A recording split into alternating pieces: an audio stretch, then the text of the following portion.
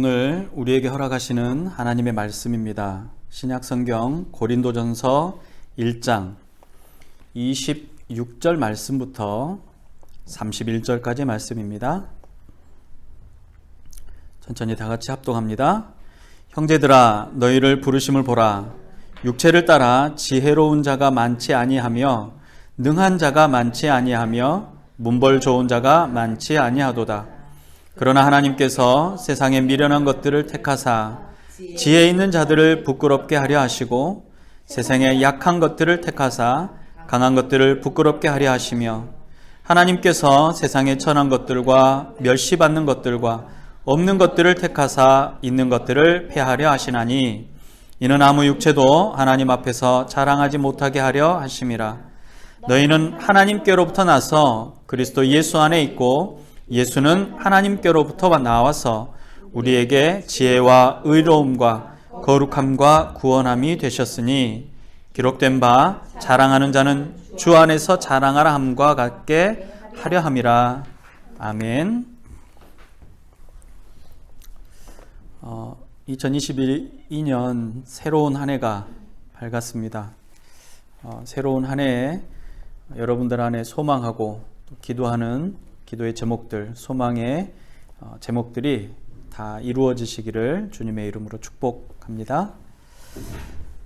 한국의 그 역사, 한국사의 인물들 중에 그리스도인, 그러니까 예수 믿는 사람과 너무나도 닮은 위인이 한 명 있습니다. 물론 유사한 또는 비슷한 위인들이 더 있겠죠. 그런데 제가 볼 때는 너무나 비슷하고 그 위인을 생각하면 참 그리스도인의 모습이지 않나라는 생각을 해봅니다. 이 사람은 을지문덕과 연개소문과 함께 이 고구려의 3대 장군, 3대 장수라고 하는 사람입니다. 을지문덕이나 연개소문은 사실 출신 성분이라고 하죠. 출신이 또는 출생의 어떤 그 흐름이 혹은 집안의 내력이 뛰어난 사람들이기도 합니다. 요즘 말로 하면 이 뭐 금수저나 뭐 은수저 얘기하는 것과 같이 예전에도 왕족의 가족이다 혹은 귀족의 가족이다라고 하는 사람들은 신분이 크게 변하지 않고 많은 것들을 누려왔었습니다. 그래서 을지문덕이나 연개소문은 사실 태어날 때부터 위인이나 장수로서 잘할 수 있는 많은 조건들을 가진 사람입니다.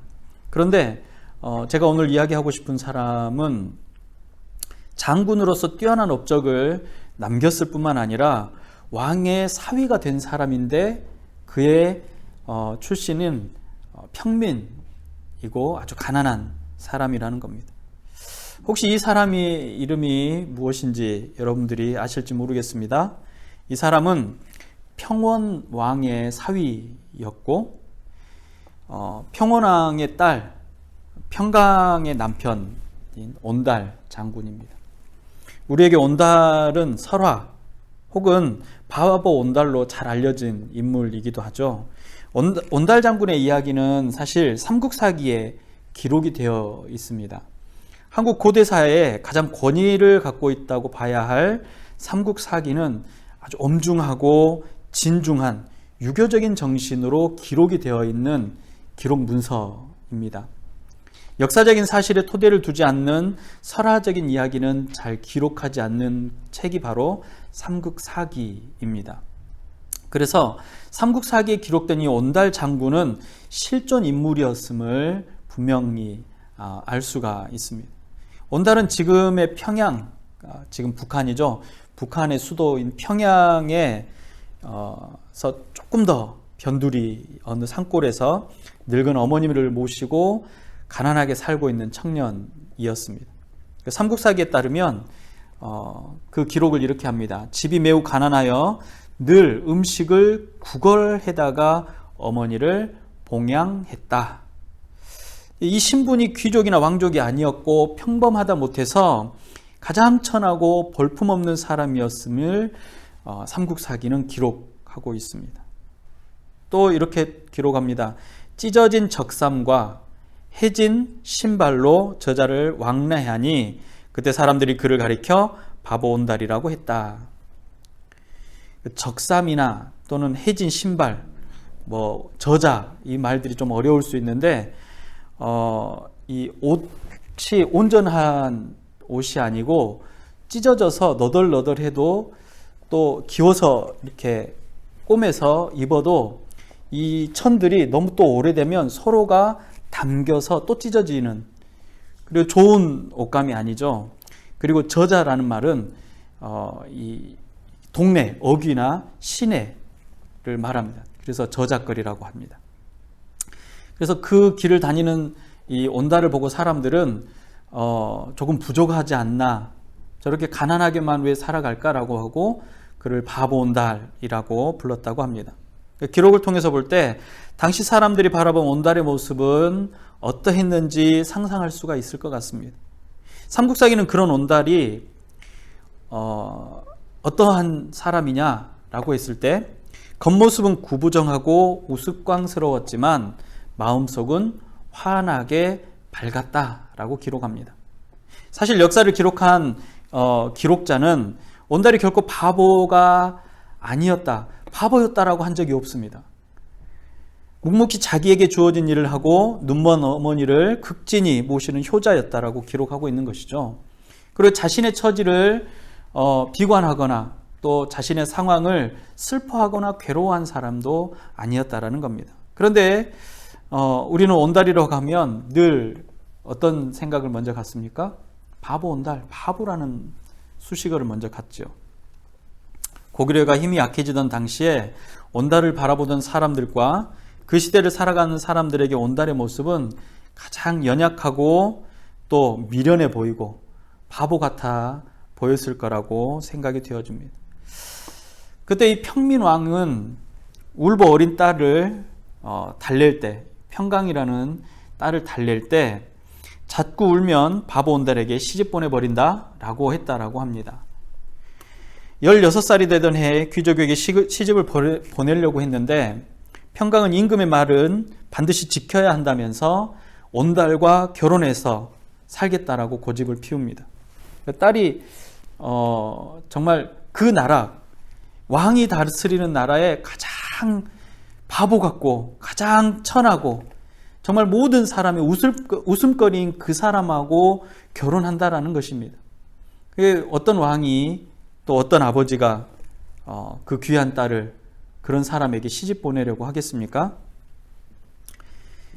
만약에 딸을 시집 보낸다라고 하면 그 당시에 힘있고 또 능력 있는 귀족에게 시집을 보내서 왕위도 잘 유지할 수 있고 또 딸도 평안하고 또 행복하게 살 수 있는 길들을 생각했었을 것입니다. 말도 안 되는 소리를 하니까 이 왕이 너무 화가 나서 내쫓아버렸습니다. 네가 원하는 대로 살아라 하고 쫓아버립니다. 쫓겨난 평강공주는 산골에 사는 온달을 찾아가서 자신이 가지고 있던 귀금속을 팔아서 말과 소를 사고 살림을 꾸리고 온달에게 말을 다루는 법, 그리고 활을 쏘는 법들, 글을 읽는 법을 가르칩니다.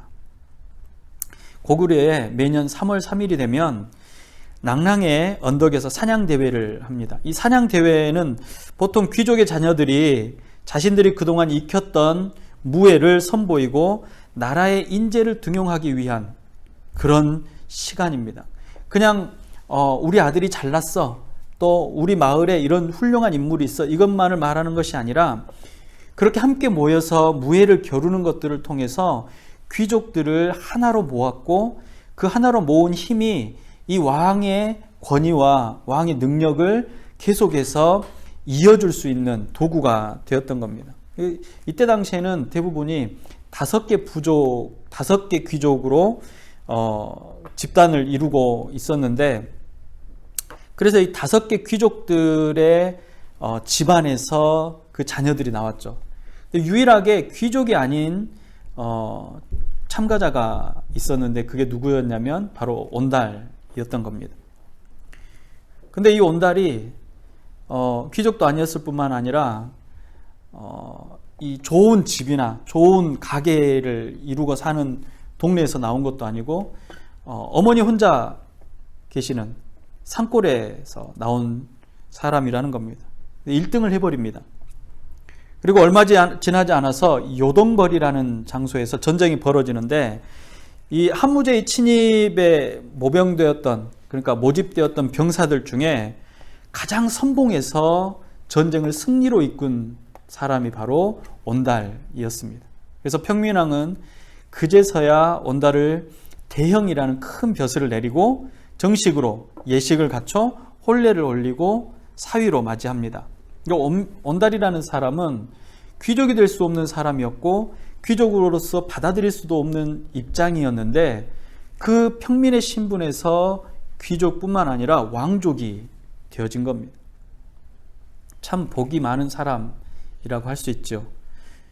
놀림거리, 또 평민이었고 또 사람들이 늘 바보라고 말했던 그 사람에게 그 나라의 공주, 그 나라의 모든 권력의 핵심인 공주와 결혼하게 된 것입니다. 그 공주의 사랑을 받았을 뿐만 아니라 왕의 총애도 받았고 백성들, 국민들에게도 사랑을 받게 되었다라는 사실입니다.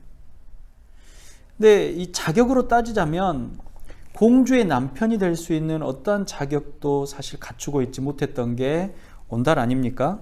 고구려의 많은 그 귀족들에게는 정말 있을 수 없는 이야기고, 그 귀족의 부족들을 한번 생각해 보십시오. 왕의 집안과 결혼을 해서 더 큰 권력을 누릴 수 있는 상황이었는데 듣도 보도 못한 사람이 나타나서 그 모든 가능성을 빼앗아 가버렸다고 생각해 보십시오. 어쩌면 나라가 위태로울 수도 있고 어쩌면 왕의 자리 또한 위태로울 수밖에 없는 상황이었을 텐데 그 모든 그 불합리하고 불가능한 것들을 다 잠재우고 왕의 사위가 되었다라는 겁니다. 5개 지파가 한 목소리로 축하해 줄 수 있었다라는 것도 놀라운 일인 거죠. 예나 지금이나 똑같습니다. 사람들은 욕심으로 또 욕망으로 자기의 목적을 이루고자 합니다. 그리고 그 목적이 이루어질 때까지 멈추지 않죠.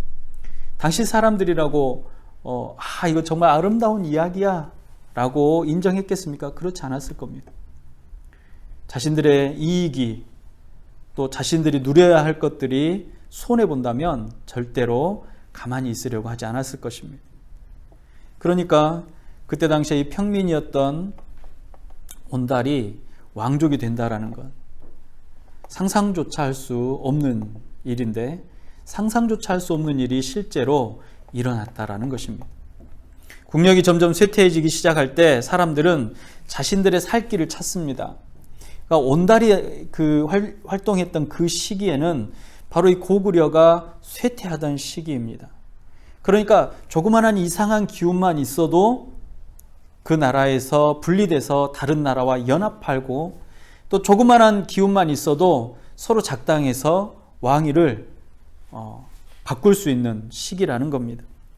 도전받지 않으려고 애쓰는 시기이죠. 도전을 받지 않으려면 내가 얼마나 큰 힘을 갖고 있다라는 것을 보여줘야 합니다. 내가 얼마나 강력한 사람이다라는 걸 보여줘야 하는 거죠. 그런데 그 가운데 일반인인, 평민인, 아니면 평민보다 더 못한 사람이 그 모든 권력을 거머쥐게 된다라고 하면 얼마나 많은 사람들이 그것에 대해서 반기를 들려고 했겠습니까? 그래서 이 삼국사기에 기록되어 있는 이 온달의 이야기가 정말로 설화와 같고 전설과 같고 동화와 같은 이야기라고밖에 생각되지 않을 수 없습니다. 온달은 이 사기에 기록되어져 있던 것처럼 온달에게 있어서 가장 장점, 가장 훌륭한 점이 뭐냐라고 하면 자기 일을 성실하고 묵묵히 해내는 사람이었습니다. 그리고 그는 효심이 가득한 사람입니다. 그리고 그 외에는 그 어느 것도 장점이 없는 사람인 것이죠. 그래서 그 당시 사람들은 그를 보고 바보라고 한 겁니다. 그 당시를 똑똑하고 명석하게 살아갈 수 있는 사람은 다른 사람에게 등 정도는 칠 수 있어야 됩니다. 다른 사람의 물건 정도는 쉽게 가져올 수 있어야 합니다. 다른 사람보다 더 잘 살 수 있어야 하고 다른 사람보다 더 뛰어난 것을 증명할 수 있어야 하는 시대입니다. 그런데 그 온달이 잘하는 것은 뭐냐면 묵묵히 자기 일을 감당하는 것입니다. 그래서 왕족으로나 귀족으로서의 자질은 전혀 없는 사람이라는 것이죠.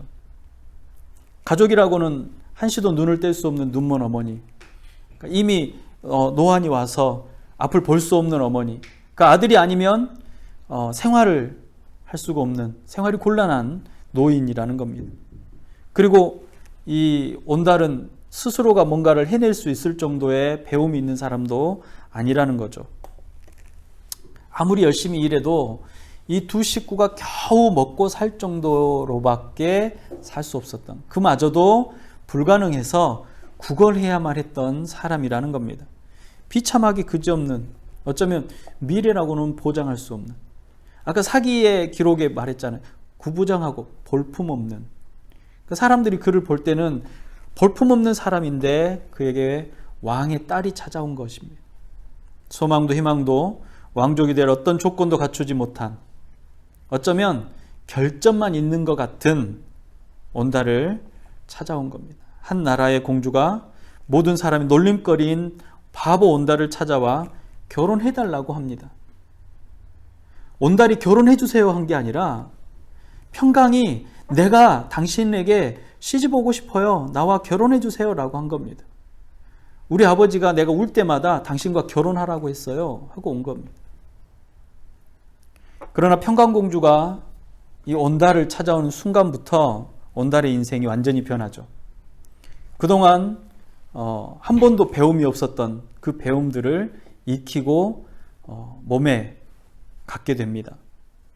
그가 익혔던 무술이나 무예, 또 글들은 그가 왕족으로서 충분한 자격이 있음을 드러낸 것이기도 하죠.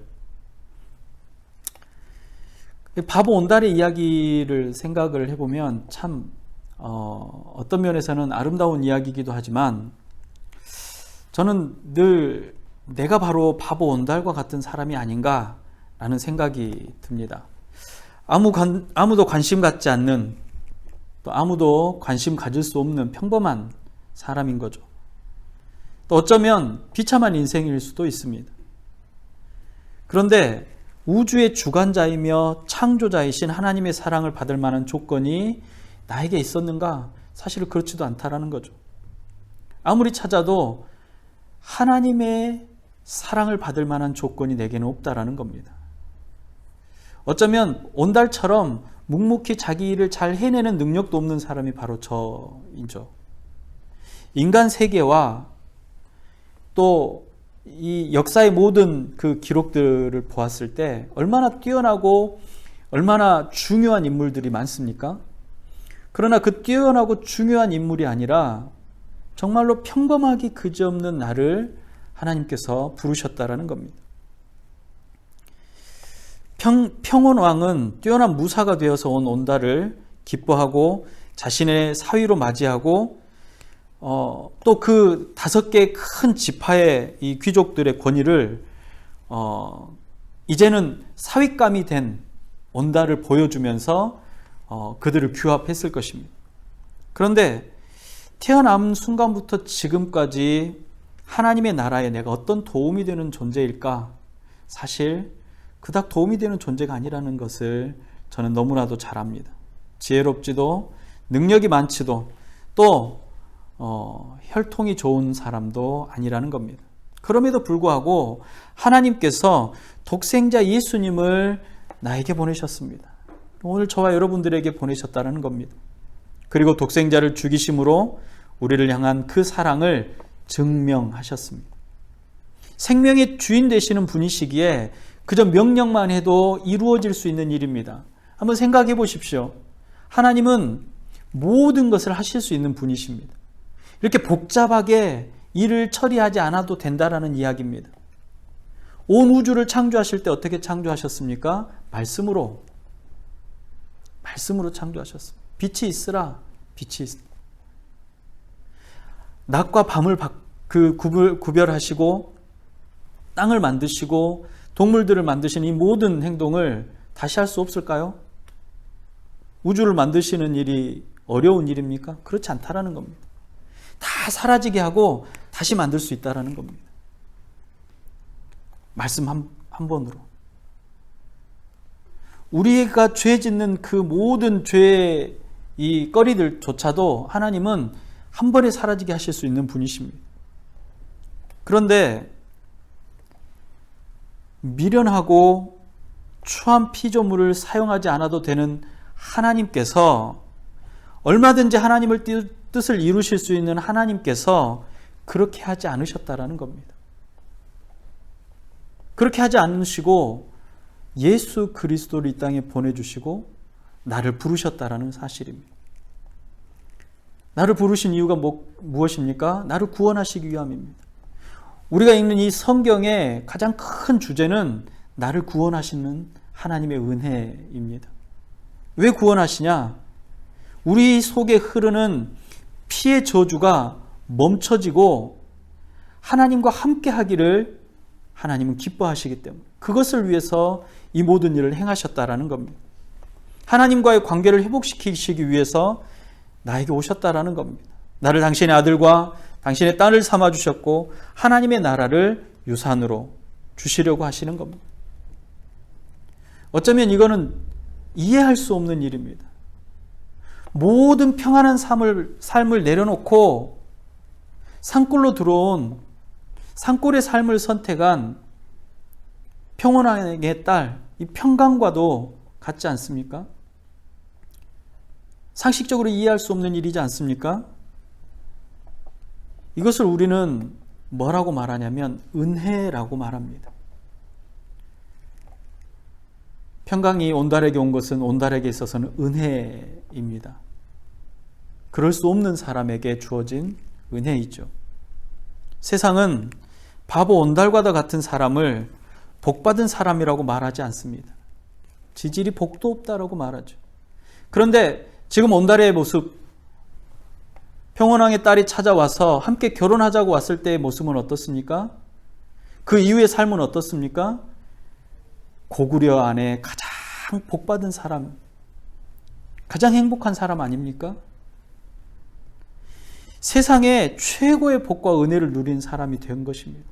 그런데 그것과는 비교할 수 없는, 비견할 수 없는 일이 저와 여러분에게 일어났다라는 사실입니다.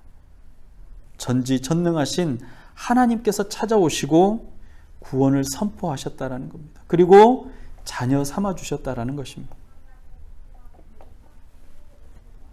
이 온달은 평강의 말을 잘 들었던 사람이죠. 자기에게 온 이 귀한 은혜, 귀한 복이 어떤 건지 알았던 것 같습니다. 그래서 평강이 시키는 것들을 하나도 놓치지 않고 잘 열심히 그의 성품대로 묵묵히 해왔던 것입니다. 공부를 시키고 무술을 하는 것. 여러분, 나이가 들어서 공부하는 건 진짜 어렵습니다. 그런데 부인이 시킨다고 해서 그것을 따박따박 해낼 수 있습니까? 없습니다. 그런데 그의 성품은 미련하게 보이지만 그 질서에 순종하며 하나씩 순서를 따라 그 부인이 알려주는 대로 하나씩 해냈다라는 겁니다. 묵묵하고 성실히 해낸 사람, 그가 가지고 있는 가장 좋은 성품입니다. 그리고는 자신의 일을 아주 훌륭하게 이루어낸 사람이기도 합니다. 기회가 주어지고 그 기회를 통해서 그가 성장할 수 있기는 했지만 결국 성장한 사람, 결국 그 일을 해낸 사람은 평강공주가 아니라 온달이라는 사람이라는 것이죠. 그런 의미에서 볼 때 저와 여러분들은 어떻습니까? 그리스도인으로 살아가면서 내가 예수님의 구원받은 백성으로 하나님의 자녀, 하나님의 아들, 하나님의 딸로 살아가면서 과연 나는 복받은 삶에, 은혜 입은 삶에 어떻게 반응하고 살아가고 있냐는 것입니다. 여전히 우리는 부족하고 연약한 것 같습니다. 저만 그런지 모르겠습니다. 여전히 부족하고 여전히 하나님께서 원하시는 그 뜻을 다 이루지 못하는 것 같습니다. 세상의 유익이나 세상의 즐거움에 훨씬 더 빠르게 반응하고 세상의 목적, 세상이 즐거워하는 목적, 세상의 큰 가치에 우리의 삶을 더 빨리 반응하는 것 같습니다. 예수 그리스도 안에 기쁨의 삶을 누려야 하는데 사실 세상의 기쁨에 더 빨리 반응하고 그리스도인의 삶에 더 무감각해져 있는 것 같습니다. 불평과 불만이 가득하고 누군가를 바라보면서 비교하고 좌절하기도 합니다. 구원받은 백성이 하나님의 자녀로 선택받은 나, 온 우주에서 가장 복받은 사람이라는 겁니다. 그 어떤 시대를 막론하고 가장 행복한 사람, 가장 복받은 사람이 하나님의 자녀가 되는 사람 아니겠습니까? 선택받은 나이지만 세상 사람들보다 나은 구석이라고는 별로 찾아볼 수가 없습니다. 오히려 더 은밀히 더럽고 추한 죄를 짓기도 하고 의로운 척하기도 합니다. 그러면서 다른 사람을 가볍게 여기고 그들의 삶을 판단하고 심판하려고 합니다. 나는 믿음 좋은 사람인 것처럼 행동하기도 합니다. 저 사람은 믿음이 없는 것 같아. 저 사람 교회 다니는 사람 맞아? 라고도 이야기하죠. 사실 이런 존재가 저라는 겁니다. 그럼에도 불구하고 우리를 예수 그리스도 안에 부르시고 하나님의 자녀 삼아주셨습니다. 우리가 온달처럼 훌륭한 일을 해내지 않았어도 여전히 주님께서 우리를 너는 내 딸이요 내 아들이라고 부르신다는 것입니다. 이보다 더 큰 기쁨이 어디 있습니까? 이보다 더 큰 즐거움이 어디 있고 이보다 더 큰 행복이 어디 있습니까? 오늘 본문을 보니까요, 사도 바울이 우리의 모습이 어떠한지를 너무나도 잘 표현합니다. 26절에 보세요. 형제들아 너희를 부르심을 보아라. 육체를 따라 지혜로운 자가 많지 아니하며 능한 자가 많지 아니하며 문벌 좋은 자가 많지 아니하도다. 우리 중에 아무리 찾아봐도 지혜로운 사람 하나 없고 능력 있는 사람 하나 없고 혈통이나 학벌 좋은 사람조차 없다라는 것입니다.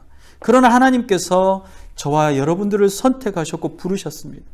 당시 고린도 지역은요, 뛰어난 문명을 자랑하고 자존감이 최고인 도시입니다. 그런 지역에서 사는 사람으로서의 자부심은 사도들의 순수한 복음을 시시한 것으로 생각을 하고 외면하기에 충분했습니다. 수려하고 화려한 문장과 논리를 철학적인 사상과 함께 말하는 사람들의 이야기에 더 귀를 기울이고 그들을 쫓아다니던 시대이며 그런 도시라는 겁니다. 그들이 자부하던 문화, 문명, 여러분 지금도 화려하게 남아있을까요? 세상의 지식과 지혜와 문화와 문명들은 영원할 것처럼 정말로 이것이 우리를 끝까지 행복하게 해줄 것처럼 보입니다. 그래서 그것을 붙들고자 합니다. 좋은 차를 타고 다니면 사람들이 나를 우러러 볼 것 같고 좋은 집에 살면 사람들이 나를 떠받들어 줄 것 같고 높은 사람들과 친하고 아니 내가 높은 사람이 되면 나를 언제든지 대우해 줄 것 같으나 그러나 얼마 지나지 않아서 잊혀져 버리고 몰락합니다. 여러분 우리가 유명한 사람이라고 말하는 뛰어난 누군가 연예인이든 또 어떤 사람이든 보십시오. 한순간입니다. 어느 순간 그 모든 영광이 사라져 버린다는 겁니다. 그러나 시시한 것 같은 하나님의 말씀, 하나님의 구원의 복음은 가장 시시한 사람들의 손과 가장 보잘것없는 사람들의 입과 발을 통해서 지금까지도 전해지고 있습니다. 화려한 문명을 뽐내던 고린도, 지금 돌무더기가 전부인 관광지입니다.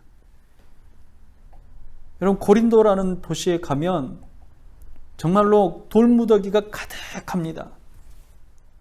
화려했을 것 같은 돌무더기만 가득하죠. 그것을 보기 위해서 차로 3시간, 4시간을 가야만 봅니다. 사람들이 모여 살고 머무는 곳이 아니라 벌판 같은 곳에 버려진 유적지가 바로 고린도라는 곳입니다. 그들이 그렇게 자랑스럽게 생각했던 것들, 아무런 보호를 받지 못하고 그대로 버려진 것처럼 놓여 있다라는 겁니다. 그래서 바울은 예레미야 선지자의 말을 인용해서 이렇게 말합니다. 자랑하는 자는 주 안에서 자랑하라. 예레미야 9장 23절과 24절은 이렇게 말합니다. 여호와께서 이와 같이 말씀하시되 지혜로운 자는 그의 지혜를 자랑하지 말라. 용사는 그의 용맹을 자랑하지 말라. 부자는 그의 부함을 자랑하지 말라. 자랑하는 자는 이것으로 자랑할지니 곧 명철하여 나를 아는 것과 나 여호와는 사랑과 정의와 공의를 땅에 행하는 자인 줄을 깨닫는 것이라. 나는 이 일을 기뻐하노라. 여호와의 말씀이니라 라고 말합니다. 여러분, 우리의 자랑이 무엇입니까? 소유가 많음이 우리의 자랑입니까? 아니면 지혜로운 것이 우리의 자랑입니까? 사도 바울의 교훈처럼 우리의 자랑은 오직 하나님을 아는 것입니다. 인격적인 하나님을 만나는 것입니다. 그 하나님이 누구십니까? 그 하나님이 누구신지를 아는 것입니다. 하나님의 구원이 어디로부터 어떻게 해서 나에게까지 왔는지를 깨닫는 것입니다. 예수 그리스도의 보혈의 공로가 하나님의 사랑과 정의와 공평과 공의의 결과로 이 땅에 임했는데 그 결과에 내가 들어가 있다라는 것입니다. 나에게 왔음을 깨닫는 것입니다. 오직 우리의 자랑은 내 안에 그리스도께서 사시는 것입니다. 금년 한 해 오직 예수 안에 여러분들이 계시기를 주님의 이름으로 축복합니다. 내가 예수 안에 있는 것을 자랑하고 예수님이 내 안에 있는 것을 자랑하시는 여러분들이 되시기를 바랍니다.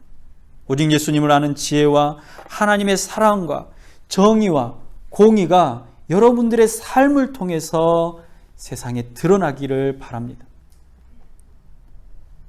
그럴 때 우리가 입버릇처럼 할 수 있는 문장이 바로 그것입니다. 주님이 하셨습니다.